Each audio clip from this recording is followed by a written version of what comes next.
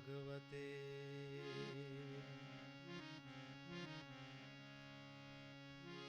वासुदेवाय।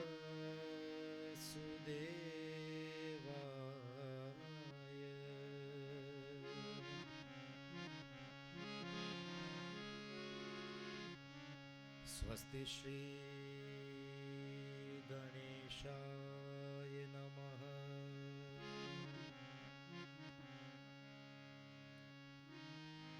श्री सरस्वत्यै नमः।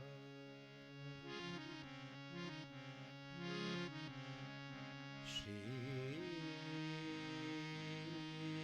गुरुभ्यो नमः।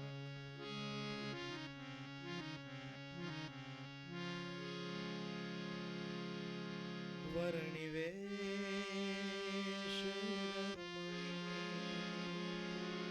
दर्शनम्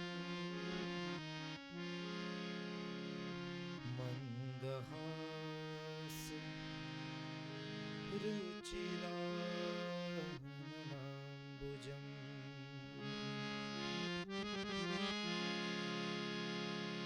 पूजितं सुरनरोत्तमेर्मुदा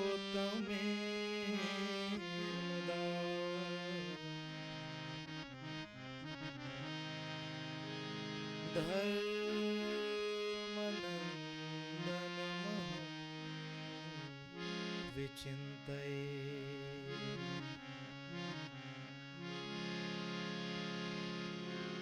श्री स्वामिनारायणाय नमो नमः। श्री हरि कृष्णाय नमो नमः। श्री सहजानंद स्वामिने नमः। श्री प्रगट पुरुषोत्तमाय नमो नमः। बोलो स्वामीनारायण भगवान की जय। प्रेम से जयकार कीजिए। कृष्ण कन्हैया लाल की जय। श्री रामचंद्र भगवान की जय। जगदम्बे मात की जय। कैलाशपति महादेव की जय। नृसिंह भगवान की जय।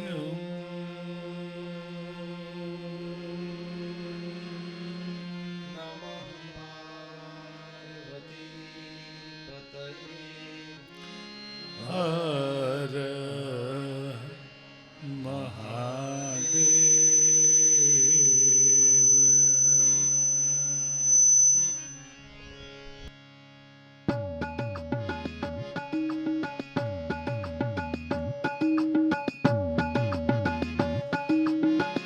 स्वामी नारायण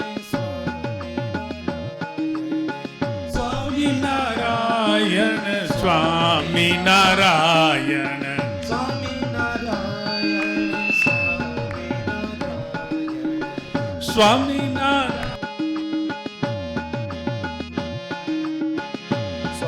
नारायण स्वामी नारायण स्वामी नारायण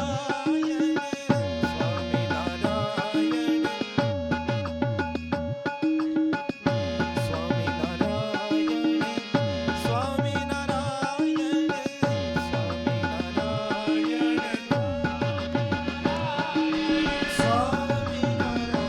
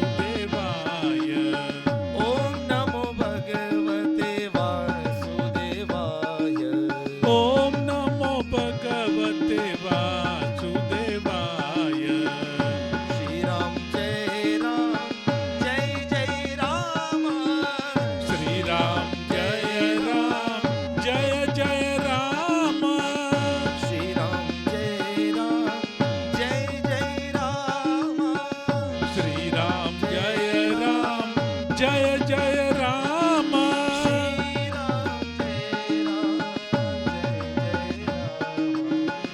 जय राम जय जय राम श्री राम जय राम जय जय राम श्री राम जय राम जय जय राम नमः शिवाय नमः शिवाय नमः शिवाय नमः शिवाय नमः शिवाय नमः शिवाय नमः शिवाय नमः शिवाय नमः शिवाय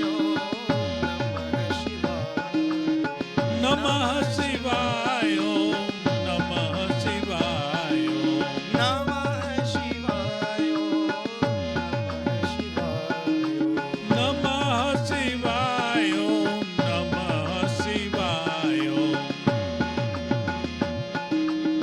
श्री कृष्ण गोविंद हरे मुरारे श्री कृष्ण गोविंद हरे मुरारी श्री कृष्ण गोविंद हरे मुरारे श्री कृष्ण गोविंद हरे मुरारी हे नाथ नारायण वासुदेव हे नाथ नारायण वासुदेव हे हे नाथ नारायण वासुदेव नाथ नारायण वासुदेव स्वामी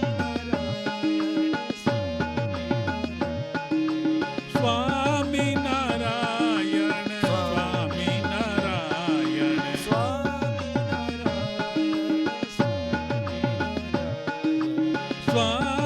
नारायण स्वामी नारायण स्वामी नारायण बोलो स्वामी नारायण भगवान की जय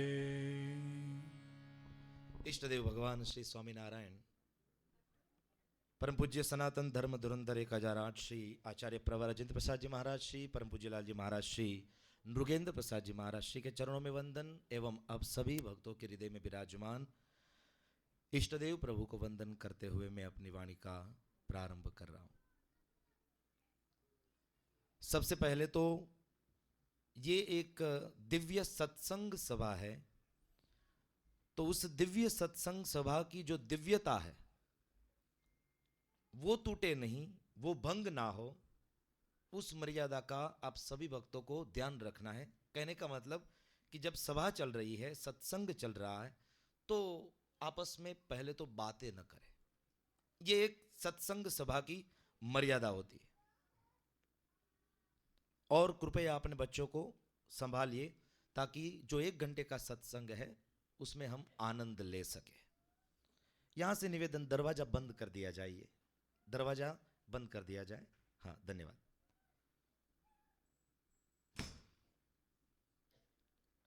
भक्तों, सबसे पहले आप सभी को होलिका दहन धुलेटी महोत्सव की हार्दिक शुभकामना। जिन जिन यजमानों ने मुख्य यजमान के रूप में, सह यजमान के रूप में हिस्सा लिया है, उन सभी भक्तों को हृदय से मैं हार्दिक शुभकामना देता हूं।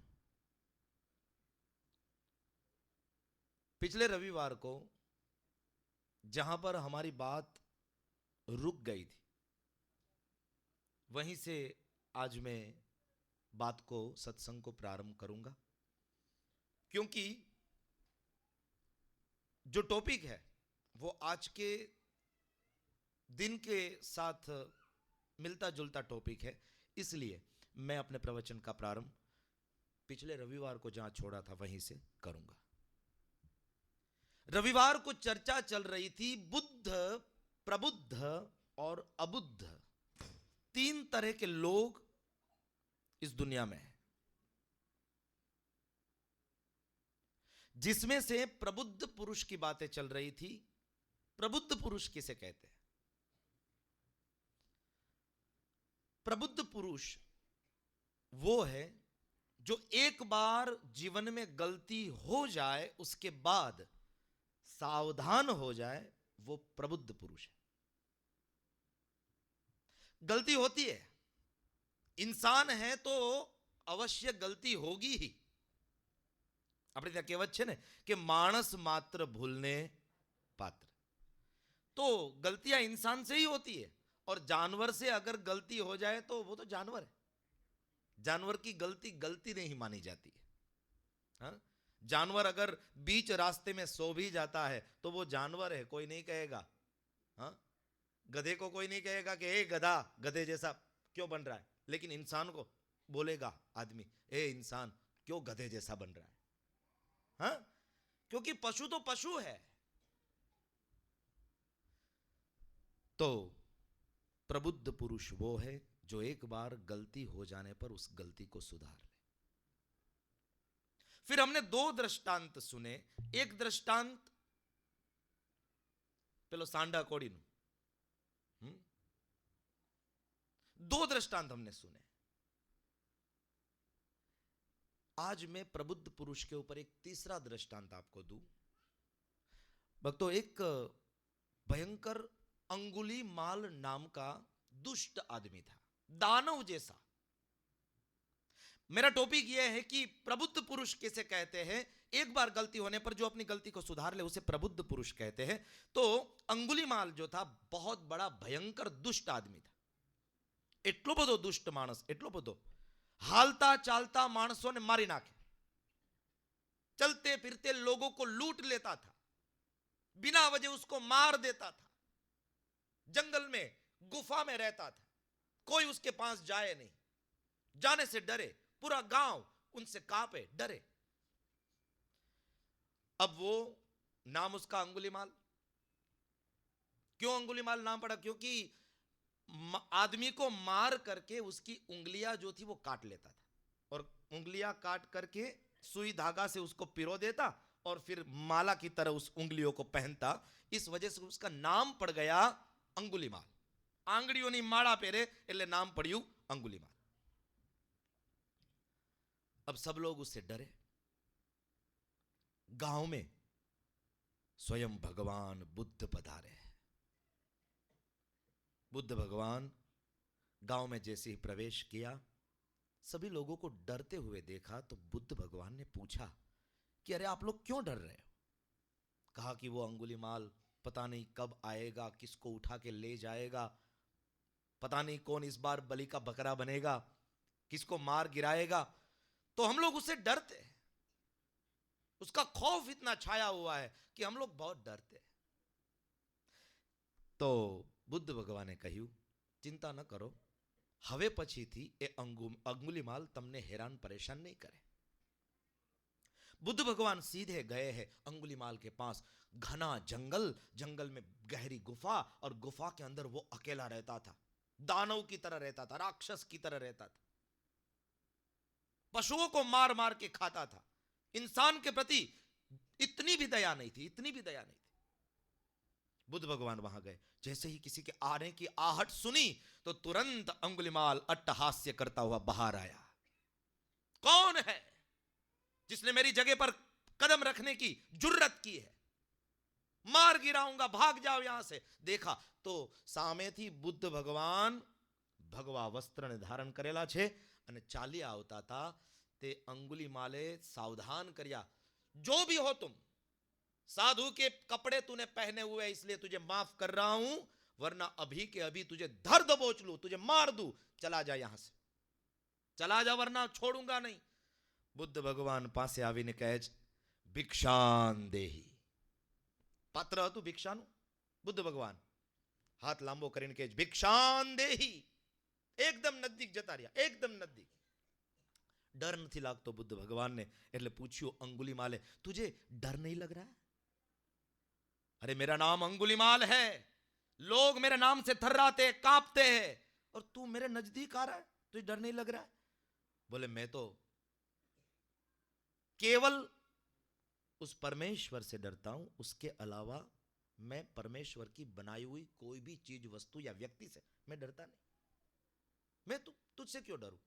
अरे तुझे डरना पड़ेगा, क्योंकि मैं अंगुलीमाल हूं. ये देख, ये गले में जो अंगुलियां पहनी हुई है ना, ये आदमी की अंगुलियां है.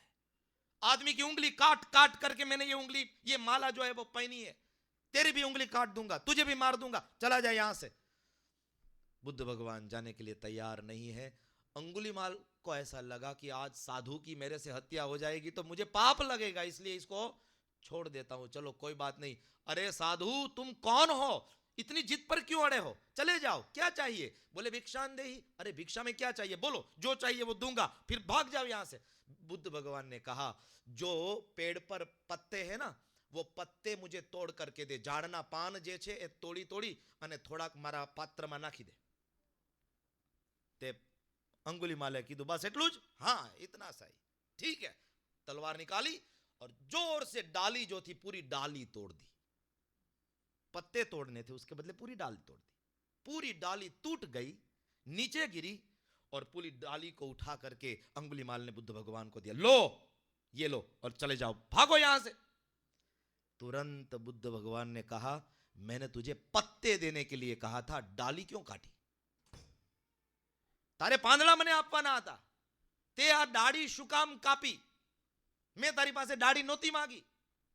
હવે એક કામ કર, આ ડાળી છે એને પાછી જ્યાંથી તોડી ત્યાં જોડી દે। હવે ઓલો માથું કંજવાડે, પાછું એને કેમ જોડવું? હે એટલે તુરંત કહ્યું અંગુલીમાલે कि महाराज माफ करो પણ એ કામ મારાથી ન થાય, એ કામ નહીં હો सकता। क्यों? अरे एक बार जे तूटी जाए એ પાછું જોડાઈ ન શકે, કેમ તમે આવી પાગલ જેવી વાત કરો છો? એટલે બુદ્ધ ભગવાન એ જ કહે છે, मैं तुझे यही कहना चाहता हूं अंगुलीमाल कि जिसे तू जोड़ नहीं सकता उसे तुझे तोड़ने का भी कोई अधिकार नहीं है। जिसे तू जोड़ नहीं सकता उसे तोड़ने का तेरा कोई हक नहीं बनता है। तू શું કામ મારે જા બધાને, શું કામ હેરાન પરેશાન કરે છે? તું એને જીવાડી શકવાનો છે? તું એની અંદર પાછો આત્મા નાખીને પાછો એને જીવિત કરી શકીશ? નહીં, તો તને એને મારવાનો અધિકાર નથી। અને આટલા બુદ્ધ ભગવાનના શબ્દ પડ્યા ને ભક્તો, એમ કહેવાય છે કે અંગુલીમાલ એ જ સમયે એ બુદ્ધના શરણમાં પડ્યો અને તુરંત પેલી આંગળીઓની માળાને ત્યાગી દીધી, ભગવા વસ્ત્રને ધારણ કરી લીધા અને એમ કહેવાય છે કે બુદ્ધમ શરણમ ગચ્છામિ, બુદ્ધમ શરણમ ગચ્છામિ કહેતો કહેતો બુદ્ધ ભગવાનની શરણમાં જતો સાધુ બની ગયો, સાધુ બની ગયો।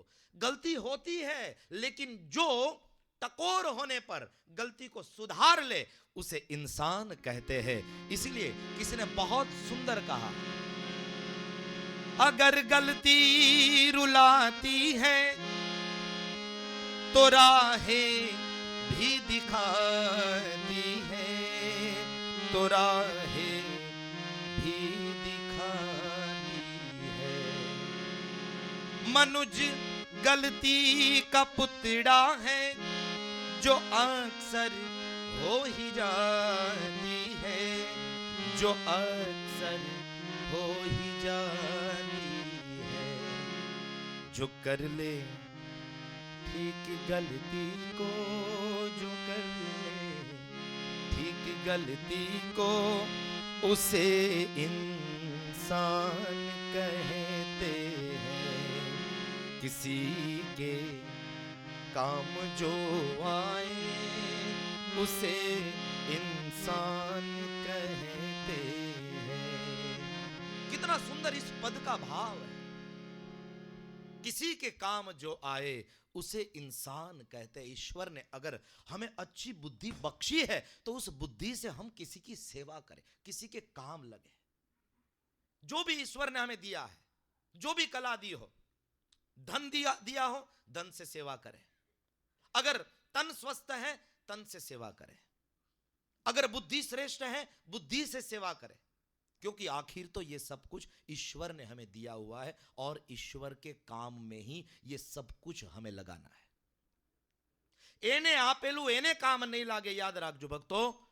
तो ये मोटाમાં મોટી કૃતજ્ઞતા કહેવાશે। ઈશ્વર પણ એના દરબારમાં જશું ત્યારે પૂછશે કે મેં તને આટલા આટલા વાના આપ્યા, બોલ તેનું શું કર્યું?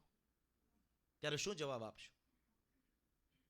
इसीलिए प्रबुद्ध बने। एक बार गलती हो जाए कोई बात नहीं, लेकिन उस गलती को जो सुधार ले वही प्रबुद्ध पुरुष है। बहुत सुंदर पद। और इस पद का दूसरा एक पद बहुत सुंदर भाव, कभी धनवान है कितना कभी इंसान निर्धन है, कभी इंसान निर्धन है, कभी सुख है कभी दुख है, इसी का नाम जीवन है, इसी का नाम जीवन है। હવે સાંભળજો, जो गिर कर भी संभल जाए, जो गिर कर भी संभल जाए, उसे इंसान कहते हैं। जो गिर कर भी संभल जाए भक्तों, उसे इंसान कहते हैं।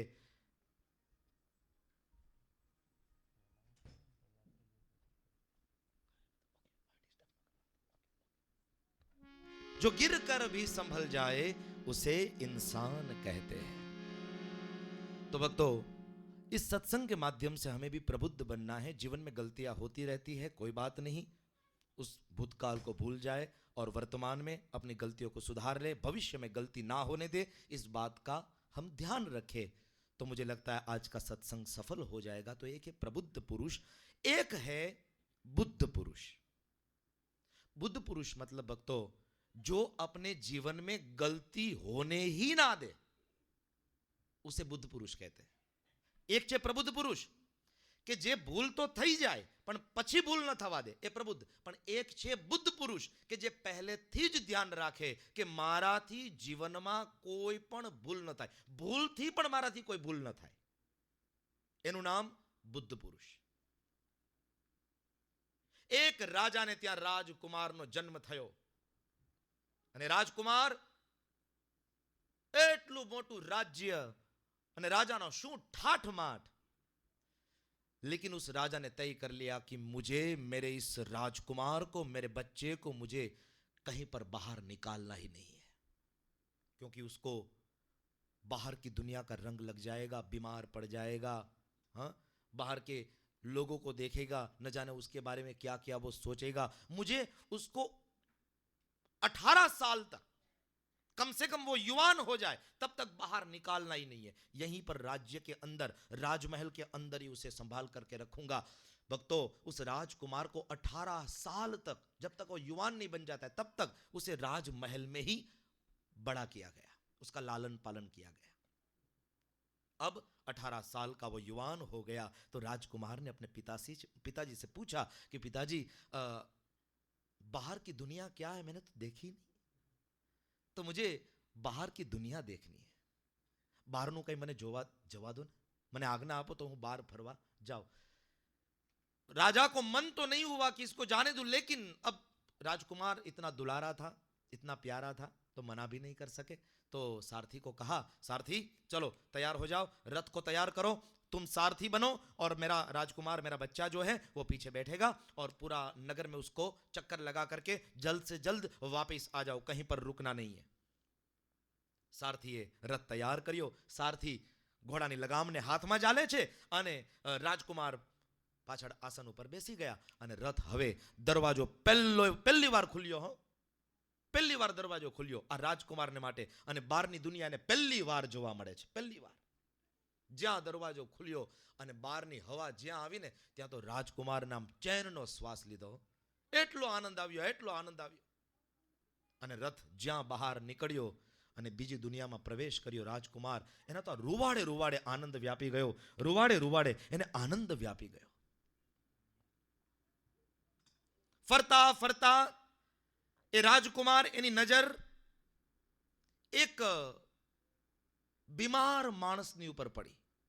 એટલે પૂછ્યું કે સારથી, આ જોર જોરથી ખાસે છે અને એકદમ ઢીલો ઢીલો દેખાય છે, રોડના કિનારે પડ્યો છે, તે કોણ છે? એને શું થયું? આમ કેમ પડ્યો છે ટૂટિયા વળીને? તે પેલા સારથીએ કહ્યું कि वो तो बीमार इंसान है, हाँ, उसके शरीर में रोग व्याप्त हो चुका है महाराज, राजकुमार जी, तो वो बीमार पड़ चुका है. अच्छा, इसको बीमारी कहते हैं? हाँ, ये बीमारी है. तो क्या जब मैं इनकी उम्र का हो जाऊंगा तो मुझे भी ये बीमारी होगी? हाँ महाराज, सबको होती है, हाँ, सबको होती है. अच्छा, आगे चले.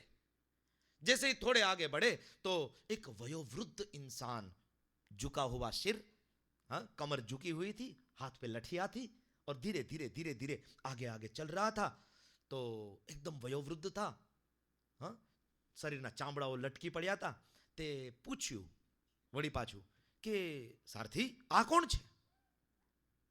આ વાકો વાકો ચાલે છે, એના હાથમાં લાકડી છે, તે એમ કેમ ચાલે છે અને એનું શરીર આવું કેમ છે બેડોળ? એટલે તુરંત સારથીએ જવાબ આપ્યો, મહારાજ એ તો વૃદ્ધ માણસ છે. વૃદ્ધ એટલે શું? બોલે વૃદ્ધ એટલે તમે અત્યારે યુવાન છો, પહેલા તમે નાના બાળક હતા, અત્યારે તમે યુવાન છો અને થોડો સમય જશે એટલે તમે વૃદ્ધ બની જશો. તમે પણ આની જેમ વૃદ્ધ બની જશો. એમ હું પણ આની જેમ વૃદ્ધ બની જઈશ? હા, હું પણ આની જેમ વાકો વાકો ચાલીશ. મારે હાથમાં લાકડી રાખવી પડશે? હા મહારાજ, તમારે રાખવી પડશે. ઓ બરાબર. અને તરત રથ આગળ ચાલ્યો.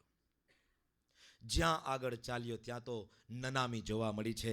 રામ બોલો ભાઈ રામ, રામ બોલો ભાઈ રામ, રામ બોલો ભાઈ રામ. નનામી જતી હતી તો પૂછ્યું, સારથી આ શું છે? 4 જણા એ ચાલે છે કોઈને ઉઠાવીને, અને ઉપર જે માણસ છે એ તો આરામથી પ્રેમથી સૂતો છે. તે આ દ્રશ્ય શું? હે? અને આ 4 જણા રામ બોલો ભાઈ રામ, રામ બોલો ભાઈ રામ ભગવાનનું નામ લે છે, પણ આ ઉપર સૂતો ઈ કાંઈ બોલતો નથી.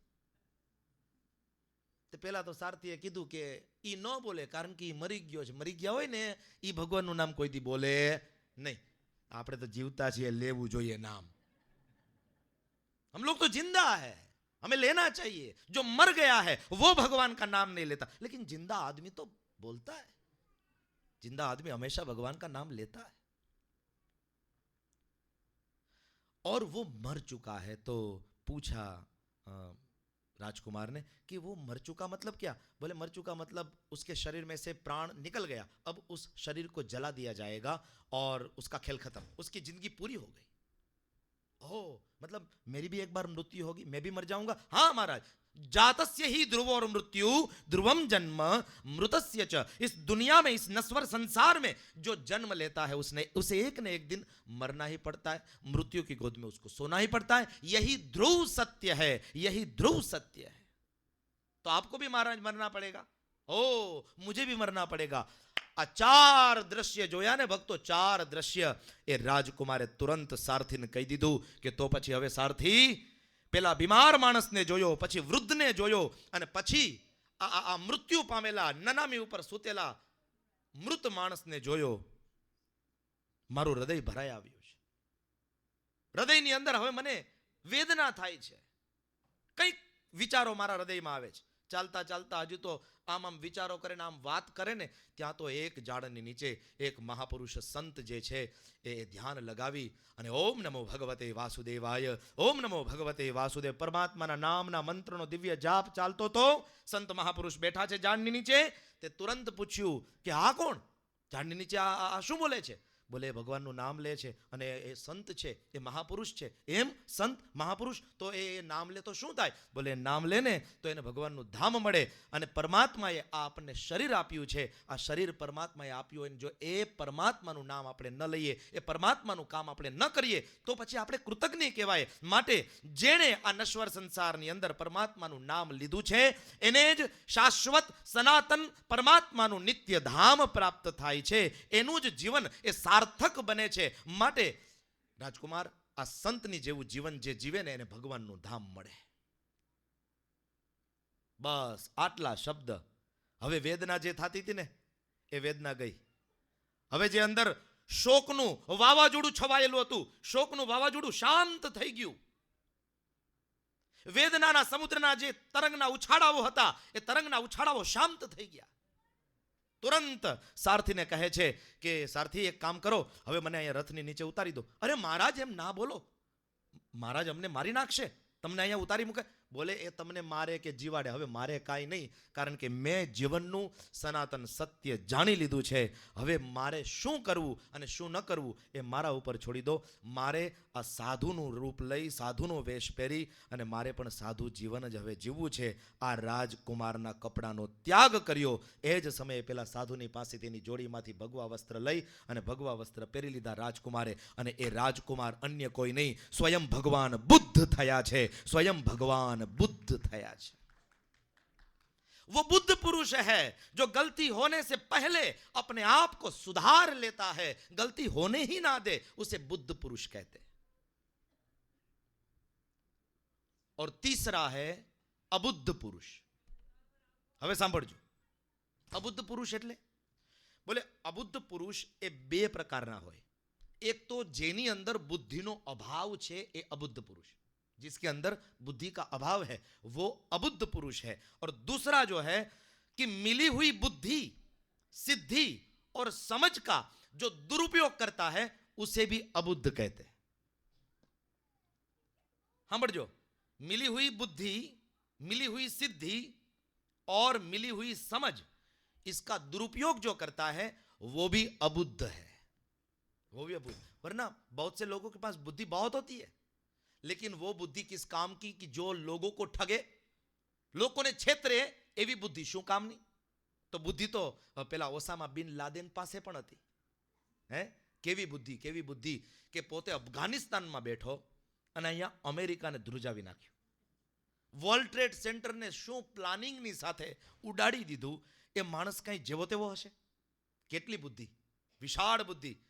पण भक्तो एवी बुद्धि शू कामनी के जे बुद्धि द्वारा हिंसा थाय, जे बुद्धि द्वारा लोगों ने हैरान परेशान करवामां आवे, एवी बुद्धि शू कामनी. ऐसे बुद्धिवान को अबुद्ध पुरुष कहते हैं.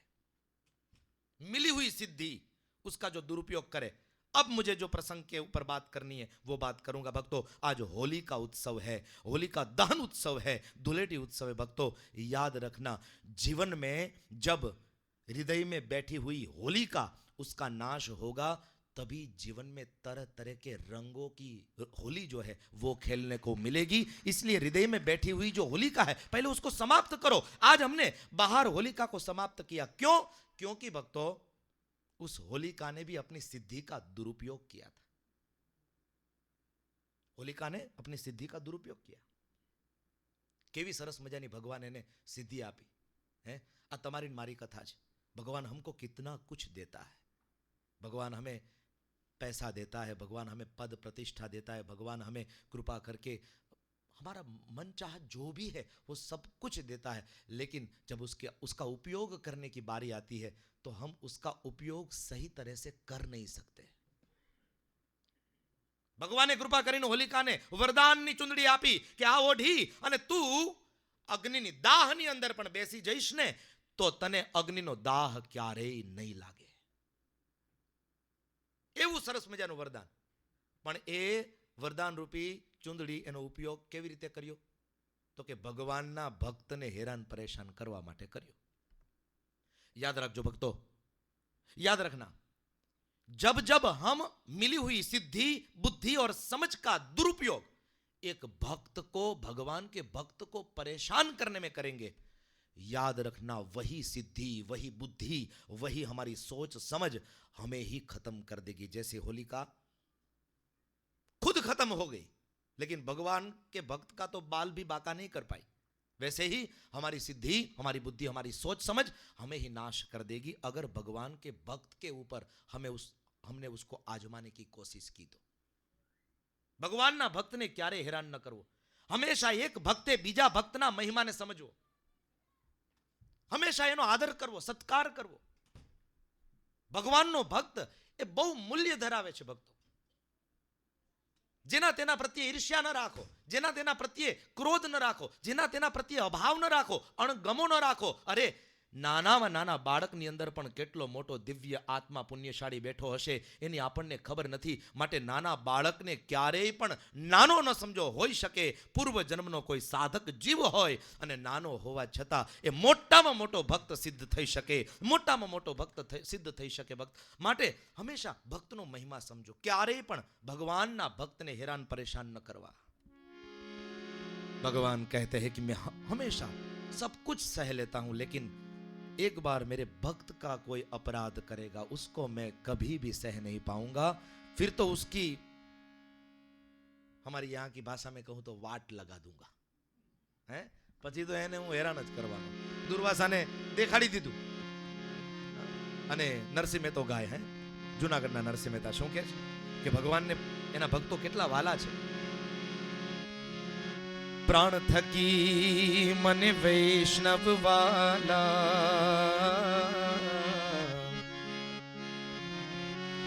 પ્રાણ થકી એ મને વૈષ્ણવ વાલા, એ ગુણ એના હું ગાઉં રે.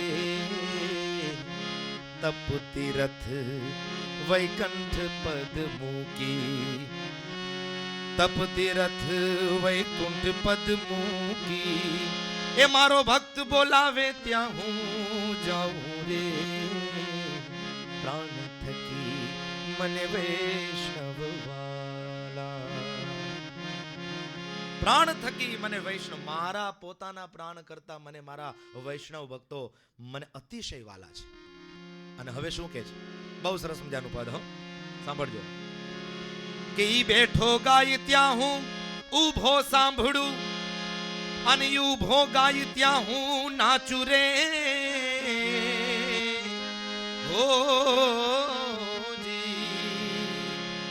બેઠો ગાય ત્યાં હું ઊભો સાંભળું, અને ઈ ઊભો ગાય ત્યાં હું નાચું રે. તે એક ભક્તે ભગવાનને પૂછ્યું કે ઈ બેઠા બેઠા ગાય તમે શું કરો? તો કે ઈ બેઠા બેઠા ગાય ને તો હું ઊભો ઊભો ગાઉં. તો કે ઈ ઊભો ઊભો ગાય તો તમે શું કરો? તો કે ઈ ઊભો ઊભો ગાય તો હું નાચું. તો કે ઈ નાચતો નાચતો ગાય તો તમે શું કરો? તો કે ઈ નાચતો નાચતો ગાય ને તો એવા મારા ભક્તને હું દંડવત પ્રણામ કરું, એવા ભક્તને હું દંડવત પ્રણામ કરું. હે? અને એનાથી આગળ નરસિંહ મહેતો શું કહે? અંબરીશ રાજા મને અતિ ઘણો વાલો, પણ દુર્વાસાએ મન ભંગ કીધું. અંબરીશ રાજા મને અતિ ઘણો વાલો, પણ દુર્વાસાએ મન ભંગ કીધું. મેં મારું અભિમાન તજીને, મેં મારું એ અભિમાન તજીને, અરે ચુક ચક્ર સુદર્શન વાળી લીધું. પ્રાણ થકી મને વૈષ્ણવ વાલા. અંબરીશ રાજાએ ભગવાનનું એકાદશીનું વ્રત કર્યું અને એને હેરાન પરેશાન કરવા માટે દુર્વાસા મુનિ પહોંચી ગયા અને તુરંત ક્રોધ કરીને કહે છે કે મારા આવ્યા પહેલા તે તુલસીનું પાન ખાઈને પાણી પી અને એક અતિથિનો અનાદર કર્યો છે, એક સંતનો અપરાધ કર્યો છે. અને એમ કહેવાય છે કે કૃત્યા રાક્ષસીને પ્રગટ કરીને કીધું મારી નાખ. આ અંબરીશને ભગવાનનો મોટો ભક્ત બનવાની કોશિશ કરે છે, ખતમ કરી નાખે ને. અને ચક્ર સુદર્શન જ્યાં પેલી કૃત્યા રાક્ષસી મારવા જાય અંબરીશ રાજાને, ચક્ર સુદર્શન એ પરમાત્માનું, એ ભગવાન નારાયણનું એમની રક્ષા માટે નિયુક્ત હતું. ચક્ર સુદર્શન દ્વારા એ કૃત્યાનું માથું કપાયું અને હવે એ સુદર્શન ચક્ર ભગવાન નારાયણનું દુર્વાસાની પાછળ દોડ્યું છે. कैलाश લોકમાં જાય છે, બચાइए महादेव, ये सुदर्शन चक्र मुझे मार डालेगा. महादेव ने कहा मैं कुछ नहीं कर सकता. ब्रह्मलोक में गए दुर्वासा, वहां जाकर के दोनों हाथ जोड़ करके कहा हे ब्रह्मदेव मुझे बचाइए. ब्रह्मा जी ने दोनों हाथ ऊपर कर लिए, माफ करना मेरा कुछ काम नहीं. तुरंत भगवान नारायण के पास दौड़ते हुए गए, पीछे पीछे सुदर्शन चक्र. हे प्रभु, हे नारायण, मेरी रक्षा कीजिए, मुझे बचाइए. तब भगवान नारायण ने कहा मैं भी तुझे नहीं बचा सकता. अरे प्रभु, ये आपका सुदर्शन चक्र है और आप नहीं बचा सकते? बोले हाँ, मेरा सुदर्शन चक्र है लेकिन मैं नहीं बचा सकता. अगर तुझे बचना है दुर्वासा तो तूने मेरे भक्त का अपराध किया है, उसके चरण में जा, उसके शरण में जा. अब तो मेरा भक्त ही तुझे बचा सकता है, बाकी इस दुनिया में तुझे और कोई बचा नहीं सकता. इसीलिए प्राण थकी मने वैष्णव वाला અને ગુણ એના હું ગાઉં રે. તપ તીરથ વૈકુંઠ પદમુખી, અને મારો ભક્ત બોલાવે ત્યાં હું જાઉં રે. તો ભગવાનના ભક્તોનો આટલો દિવ્ય મહિમા છે, માટે હંમેશા આપણા મંદિરની અંદર પણ તમે પધારો ત્યારે એકબીજાનો આદર કરો, એકબીજાનો સત્કાર કરો, એકબીજા પ્રત્યે ક્યારેય અભાવ ન લાવો. અને એક ભક્તે બીજા ભક્તનો હંમેશા મહિમા સમજવાનો, એની અંદર કેટલો સાધક મોટો આત્મા બેઠો હશે એની આપણને ખબર પણ નથી ભક્તો. માટે યાદ રાખજો, આપણાથી કોઈ પણ ભક્તનો નાનો ભક્ત હોય એનો પણ અપરાધ ન થાય એનું બહુ ધ્યાન રાખજો ભક્તો, બહુ ધ્યાન રાખજો. કારણ કે પરમાત્માને ભગવાનના ભક્તો એ બહુ વાલા છે. અને યાદ રાખજો, જે ભક્ત પરમાત્માના આશ્રયમાં રહે છે, પરમાત્મા એનો વાળ પણ વાંકો ક્યારેય થવા દેતા નથી. હોળિકાએ પોતાની સિદ્ધિનો દુરુપયોગ કર્યો પ્રહલાદની ઉપર, પણ બન્યું એવું, એની ને એની સિદ્ધિ, उसकी ही सिद्धि ने उसको जला के खाक कर दिया, उसको जला के खाक कर दिया, क्योंकि जाको राखे साइया मार सके ना कोई. जितने तारे गगन में उतने शत्रु होय, लेकिन जिस पर कृपा ભગવાન કી બાલન બાકા હોય, બાલન બાક, જેનો સ્વયં પરમાત્મા રક્ષણ કરનારો હોય એનો વાળ પણ ભક્તો કોણ વાકો કરી શકે? પ્રહલાદની રક્ષા માટે સ્વયં પરમાત્મા છે. શું કામ? કારણ કે પ્રહલાદે અખંડ ભગવાનનું નામ એ પોતાના જીહવાની ઉપર રાખ્યું છે. જે જીવ પરમાત્માનું નામ લે છે, પરમાત્મા એની ડગલે ને પગલે રક્ષા કરે છે. અરે ત્યાં સુધી કે એની રક્ષા કરવાને માટે મા બાપ પણ ન શોધ્યા ભગવાને, મા બાપ પણ ન શોધ્યા, હે, અને થાંભલાને જ બાપ બનાવી લીધો. થાંભલાને બાપ બનાવી લીધો, થાંભલામાંથી પ્રગટ થયા. અને થાંભલો એ પણ હારો, થાંભલામાંથી એટલા માટે ભગવાન પ્રગટ થયા કે થાંભલાની અંદર ભગવાને ગુણ જોયો. શું ગુણ? તો કે થા ભલો, ભલો થાય તો થાંભલો, નહીતર ખીપા. હે અશોકભાઈ, થાય ભલો તો થાંભલો, નહીતર ખીપા. અને ખીપા છે ને, ગામડામાં ઓલા ખેતર હોય ને, એ ખેતરમાં બધો લણી નાખે ને પાક, પછી ઓલા ડુંડા ઊભા હોય ખીપા. હે એટલે પછી અમને યજમાન બોલાવે કે હવે પાક થઈ ગયો છે, તે ભૂદેવ પધારો ને તમારા ભાગનું લઈ જાઓ. હે જો કે અમે તો હવે જાતા નથી ક્યાંય, પણ બોલાવે એટલે બ્રાહ્મણો પછી જાય. પછી એમ કે હવે તો તમે અહીંયા સુધી આવ્યા છો, ઘર સુધી ગામડે આવ્યા છો, તે અમારા ખેતરમાં પગલાં કરો ને. તે ઓલો બ્રાહ્મણ બિચારો ધોત્યું બોત્યું પહેર્યું હોય અને જાય ખેતરમાં. તે ઓલા ગામડાના માણસોએ તો ચોયણા બોયણા પહેર્યા હોય બરાબર, અને પગે પાણા જેવા હોય એમને કામ કરી કરીને. તેને કાંઈ ન થાય. તે ભૂદેવ બિચારા જાય ને તે ધોત્યું હલવાય ખીપામાં. તે ધોત્યું ફાટે ફાટે ને ફાટે. ખાયા પીયા કુછ નહીં, ગ્લાસ થોડા બારા. થાય ભલો તો થાંભલો, અને નહીતર પછી ખીપો, નહીતર પછી ખીપો. એટલે ભગવાને થાંભલાને બાપ બનાવ્યો, અને થાંભલામાંથી પરમાત્મા એક ભક્તની રક્ષા કરવાને કાજે ભક્તો પ્રગટ થયા. ભગવાન બહુ દયાળુ છે, ભગવાન બહુ કૃપાળુ છે. લોકો એમ કહે છે કે ભગવાન કે યહાં દેર હૈ અંધેર નહીં, પણ હું એમ કહું એને ત્યાં દેર પણ નથી. उसके यहाँ देर भी नहीं है, उसके यहाँ अंधेर भी नहीं है. बुलाने में हम लोग देर करते हैं परमात्मा को, वरना वो तो आने के लिए तैयार है. आधे नाम में बिक जाते हैं, हो कोई लेने वाला. आधे नाम में चले आते हैं, हो कोई बुलाने वाला. એ તો વેચાવાય તૈયાર છે, એ તો આવવા માટે તૈયાર છે, પણ એને કેમ બોલાવાના, કેવી રીતે બોલાવાના? कौन कहते हैं भगवान आते नहीं, कौन कहते हैं भगवान आते नहीं, तुम मीरा के जैसे बुलाते नहीं, तुम मीरा के जैसे बुलाते नहीं. अच्युतम केशवम कृष्ण दामोदरम राम नारायणम जानकी वल्लभम. कौन कहते हैं भगवान खाते नहीं, कौन कहते हैं भगवान खाते नहीं, माँ यशोदा के जैसे खिलाते नहीं, माँ यशोदा के जैसे खिलाते नहीं. એ તો આવવાય તૈયાર છે, મીરાની જેમ પુકાર તો કરો સાહેબ. એ તો ખાવાય તૈયાર છે, હે, પણ એકવાર માં યશોદાની જેમ પ્રેમથી બોલાવો. એ કાના આવ, એ કાનુડા, એ મારા દીકરા આવ, એમ કહીને બોલાવો. અને હાથમાં માખણને જોવે અને હૃદયમાં પ્રેમ જોવે, હૃદયમાં ભાવને જોવે ને, તો એ કાનુડો દોડીને આવતો રહેશે આપણી પાસે, અને આપણા હાથેથી એ આરોગશે. ભક્તો, એકવાર હૃદયનો પૂરેપૂરો ભાવ એ પરમાત્માને આપો, પૂરેપૂરો ભાવ આપો.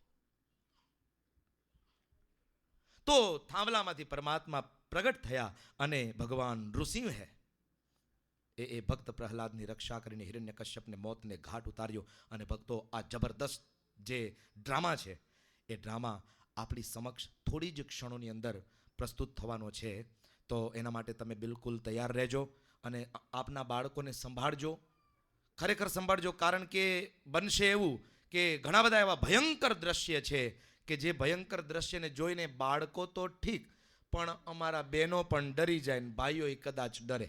ભાઈઓમાં કદાચ વાપરવું પડે, કારણ કે આ કોઈનાથી ન બીવે. હા, પછી એ વાત જુદી છે ઘરમાં આમનાથી બીવે. અને એ તો સનાતન સત્ય છે. એ તો સનાતન સત્ય છે. એકવાર સભાની અંદર કોઈએ ઊભા થઈને એવું કહ્યું કે हर एक सफल इंसान के पीछे एक औरत का हाथ होता है. हर एक सफल इंसान के पीछे एक औरत का हाथ होता है. તે એક માણસ સભામાંથી બોલ્યો, ખાલી હાથ નહીં હોતા, લાત और घुसे भी होते हैं. ખાધા હોય ને ઘરમાં, હે, બે પતિ પત્ની બાંધતા હતા, એવા બાંધે ઓલી રહોડામાંથી રકાબીના ઘા કરે, કાચના વાસણના ઘા કરે, થાળીઓના ઘા કરે, હાણચીના ઘા કરે, ચમચાના ઘા કરે. ઓલો બધતો જાય, આમ છટકતો જાય, તે એકાદ બે વડી લાગી જાય. તે આવું દ્રશ્ય ચાલતું હતું. એમાં બન્યું એવું કે મહેમાન આવી ગયા, દરવાજા આવીને ઉભા રહી ગયા, દરવાજો ટાણે બરાબર ખુલ્લો. તે આ બધું દ્રશ્ય જોઈ ગયા. તે ઓલી તો એવી હરમાણી, તે રહોડામાં ભાગી જ ગઈ એકદમ. અને હવે આ તો ડાઇનિંગ એરિયામાં ઊભો એટલે એને તો સ્વાગત કરવું જ પડે. લે મનસુખભાઈ, તમે આવો આવો આવો મનસુખભાઈ. પણ એમ નહીં, તો હું થોડી વાર પછી આવું, તમારે પતાવી લ્યો તમે. તો નાના બધું એ તો બધું હાલ્યા કરે, પણ હું હાલ્યા કરે. આ હાણચીના છૂટા ઘા થાય છે, આવું હાલ્યા કરે કઈ? રકાબીના તપેલાના મોટા ઘા કરો છો, કેમ આવું તમારે? તો કે નાના તમે મનસુખભાઈ સમજ્યા નહીં, આવો આવો આવો. એ આ તો અમારો પ્રેમ છે. આવો પ્રેમ? હાણચીના તપેલાના થાળીઓના ઘા થાય, ચમચાના ઘા, આવો પ્રેમ? તો કે જો એમાં એવું છે, જો સાંભળો, એ જ્યારે ઈ તપેલાના હાણચીના ઘા કરે ને થાળીઓના, ત્યારે હું છટકી જાઉં ને એટલે હું રાજી થાઉં. હે, અને મને લાગે ને તો ઈ રાજી થાય, એટલે વો ભી રાજી, મેં ભી રાજી. અબ ક્યાં કરેગા કાજી? લે બોલો, એમ કરીને સમજાવી દીધા. એટલે ઘરે તો બધી આવી જ હાલત હોય. પણ ભક્તો, તમે તમારી જાતને સાચવજો.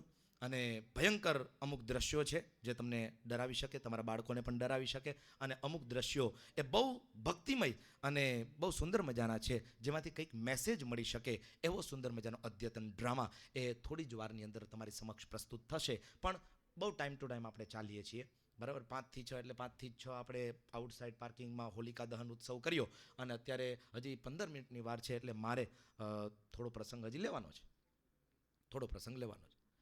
વાત એ ચાલે છે કે જ્યારે વ્યક્તિ પોતાની સિદ્ધિ, બુદ્ધિ અને સમજણનો દુરુપયોગ કરે છે, ત્યારે એને અબુદ્ધ પુરુષ કહેવાય. કેવો કહેવાય? અબુદ્ધ પુરુષ. ચાલો મને કોણ કહેશે પ્રબુદ્ધ પુરુષ કોને કહેવાય? ન થવા દે એને કહેવાય પ્રબુદ્ધ પુરુષ. બુદ્ધ પુરુષ કોને કહેવાય? ભૂલ જ ન થવા દે એ બુદ્ધ પુરુષ. અને અબુદ્ધ પુરુષ પોતાની સિદ્ધિ, પોતાની બુદ્ધિ અને સમજણનો ઉપયોગ ભગવાનના ભક્તને હેરાન કરવામાં કરે તો એને અબુદ્ધ પુરુષ કહેવાય.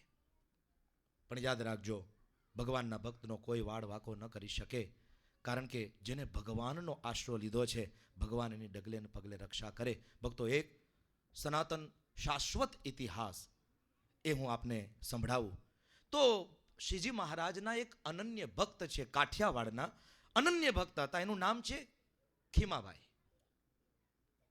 એ ખીમાભાઈ ભગવાનના, શ્રીજી મહારાજના એટલા અનન્ય ભક્ત અને ભગવાનના પ્રત્યે એટલો બધો એમને પ્રેમ, એટલો બધો ભરોસો કે મારો શ્રીજી મહારાજનો હાથ મારા ઉપર છે, મારો વાળ પણ ક્યારેય વાંકો ન થાય. અને બન્યું એવું કે એકવાર ગઢપુરની અંદર શ્રીજી મહારાજ એ ઢોલિયો બિછાવી અને લીંબ તરુની નીચે એ મીઠી મીઠી વાણીને રેલાવતા હતા. અને અનેક સંતો મહંતો એ વિદ્યમાન છે, અનેક દેશ દેશના હરિભક્તો એ શ્રીજી મહારાજના સાનિધ્યમાં બિરાજમાન હતા. અને શ્રીજી મહારાજ મીઠી મીઠી વાતો કરતા હતા, સત્સંગની, વચનામૃતની. ત્યાં તો આ ખીમા ભગત અને એની હારે એક ભૂવો, અને માતાજીનો ભૂવો હતો, અને જટા એની વેર વિખેલ થયેલી, અને મોટી મોટી દાઢી છે, બડી બડી આંખે, લાલ લાલ આંખે, भयंकर चित्र विचित्र उसका वेश था। उसको लेकर के खीमा भगत आए हैं गढ़पुर की सभा में श्रीजी महाराज के पास। और जैसे ही श्रीजी महाराज के पास आए तुरंत श्रीजी महाराज ने उस भुवा के ऊपर, जो माताजीનો ભુવો હતો એના ઉપર નજર કરી, અને જ્યાં નજર કરી ત્યાં તો પેલો માતાજીનો ભુવો એની આંખમાંથી દડ દડ દડ દડ આંસુઓ પડવા લાગ્યા છે અને શ્રીજી મહારાજના ચરણમાં પડ્યો અને કહે છે કે હે શ્રીજી મહારાજ, હે સ્વામિનારાયણ ભગવાન, મને તમારા સાનિધ્યમાં રાખો, મને તમારા શરણમાં લો અને મને સાધુ કરો, મારું જીવન એને સાર્થક કરો. હવે આ ઘટના શું હતી, એ ભુવો કોણ હતો અને શા માટે શ્રીજી મહારાજની પાસે આવ્યા, એ કથા હવે સાંભળો. આ પાઠ પેલો પૂરો થઈ ગયો. હવે બીજો પાઠ. શું કામ ખીમા ભગત એ ભુવાને લઈને ત્યાં આવ્યા હતા, એણે શું કર્યું હતું, શેની માફી માંગતો હતો? એક ઘટના એવી હતી કે આ ખીમા ભગત 3 ભાઈઓ હતા. એ 3 ભાઈઓમાં ખીમા ભગતને કંઠી બનાવવાનું કામ, આપણે કંઠી પહેરીએ ને ગળામાં, એવી કંઠી બનાવવાનું કામ, નાળિયેરની સરસ મજાની કંઠી બનાવે, શ્રીજી મહારાજને અર્પણ કરે. શ્રીજી મહારાજે કહ્યું, બહુ સરસ મજાની તમે તો ખીમા ભગત કંઠી બનાવો છો, એક કામ કરો, આ નારિયેલની છે ને બહુ સારી છે, પણ હવે સુખડની બનાવવાની ચાલુ કરો. પણ મહારાજ, સુખડ કાઠિયાવાડમાં થોડું મળે, હા, सुखड़ के लिए तो दूर जाना पड़ता है. श्रीजी महाराज ने कहा कोई बात नहीं, अगर काठियावाड़ में सुखड़ ना मिलता हो तो एक काम करो, सूरत की बाजार में जाओ और सूरत की बाजार में से सुखड़ जो है खरीद लो और उसमें से कंठी बनाना चालू करो. जितने भी संप्रदाय के हरिभक्त हैं मेरे आश्रित, उन सभी को मैं कहूंगा कि आपके पास से कंठी खरीदे ताकि आपकी आजीविका चलेगी और उनको एक सुंदर कंठी जो है वो धारण करने को मिलेगी. बहुत अच्छी बात है. श्रीजी महाराज की आज्ञा को सिरोधार्य किया खीमा भगत ने और खीमा भगत गए हैं सूरत. तो सूरत એ સમયે બહુ છેટું, હા, એ તો અત્યારે હવે તો પ્લેન ને બધી સગવડતા અને ટ્રેન ને બધી સગવડતા એટલે ફટાફટ બીજે દિવસે પહોંચી જાય, કાં તો સેમ ડે પહોંચી જાય. પણ એ સમયમાં તો કંઈ એવા વાહન કે એવું બીજી ત્રીજી ટ્રાન્સપોર્ટેશન એવું કંઈ હતું નહીં. એટલે સુરત એમ લાગતું જાણે ઇન્ડિયાથી અમેરિકા જવું હોય. હે, તે ખીમા ભગતે નક્કી કર્યું કે સુરત જવાનું છે, ચાલો વાહન પકડું.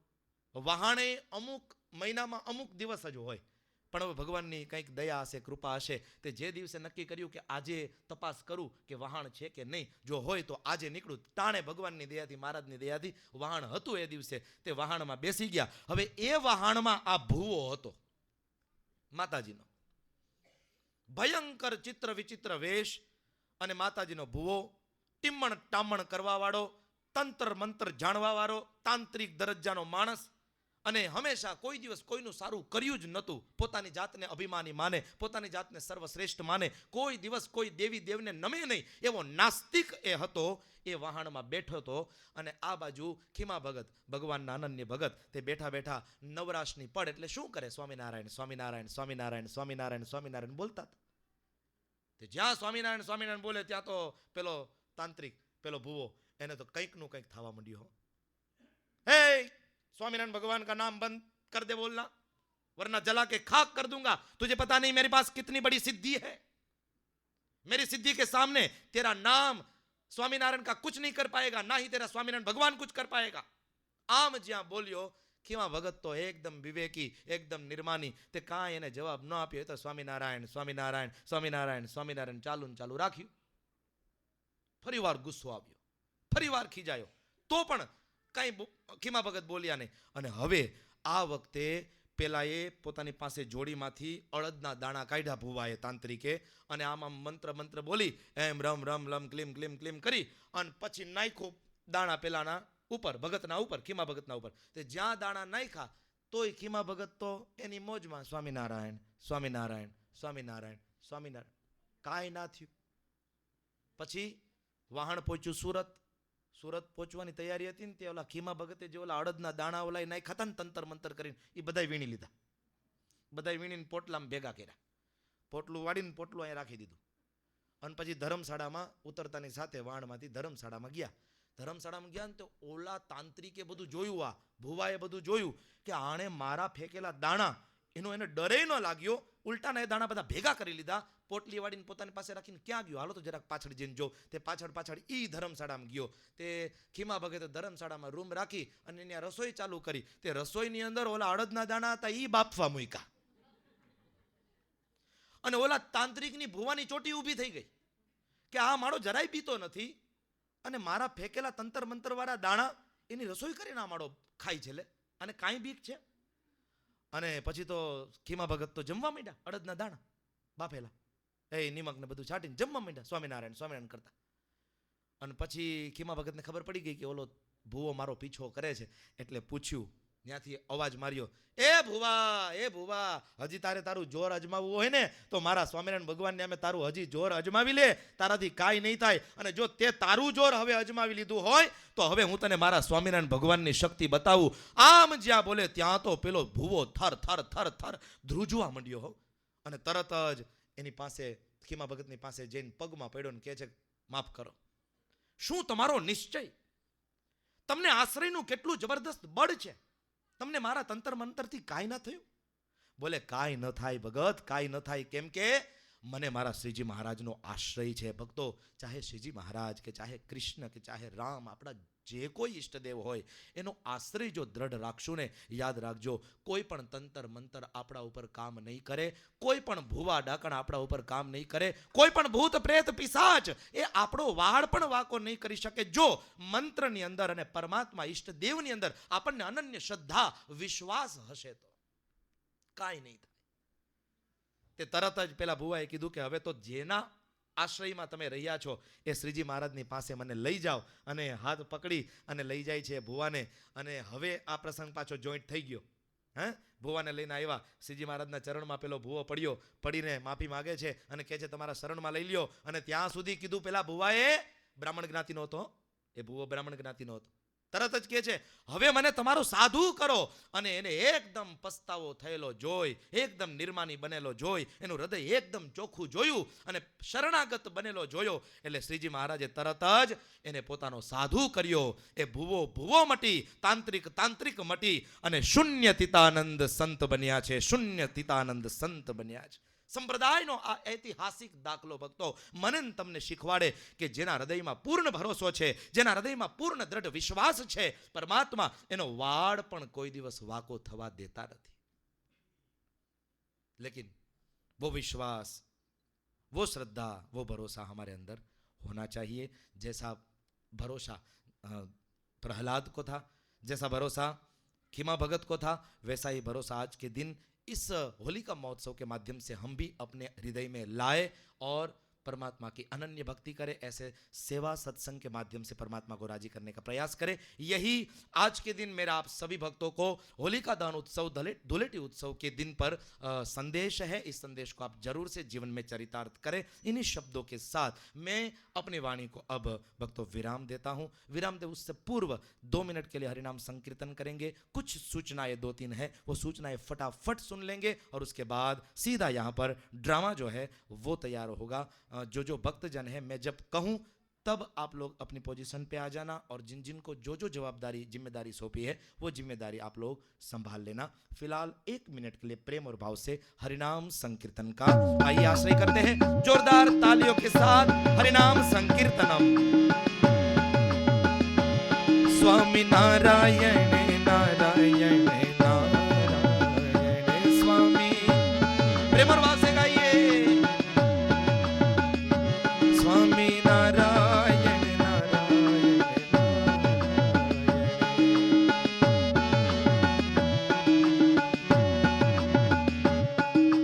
नारायण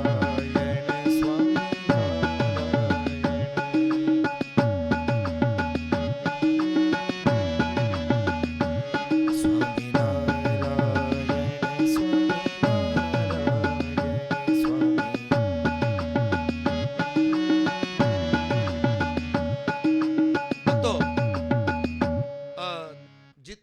तादाद में लोग हैं कि कोई लोगों को तो बैठने की जगह भी नहीं मिल रही है. तो मैं ये कह रहा हूं कि इतनी तादाद में लोग हैं लेकिन तालियां तो बज ही नहीं रही है. अब 2 बंदे को बातें करने को बोलो तो बातें तो इतनी करेंगे 1 किलोमीटर तक आवाज सुनाई देगी, लेकिन तालियां बजाने के लिए बोलो, भगवान का नाम लेने के लिए बोलो तो ये हूं एम करवान है. भगवान નું નામ એટલી નિષ્ઠાથી લેવાય ભક્તો કે ભગવાન એના ધામમાં બેઠા બેઠા ઠેકડા મારવા જોઈએ. હો, એવું ભગવાનનું નામ પ્રેમ અને ભાવથી લેવાય. પ્રેમ और भाव से जय हो. स्वामी नारायण स्वामी नारायण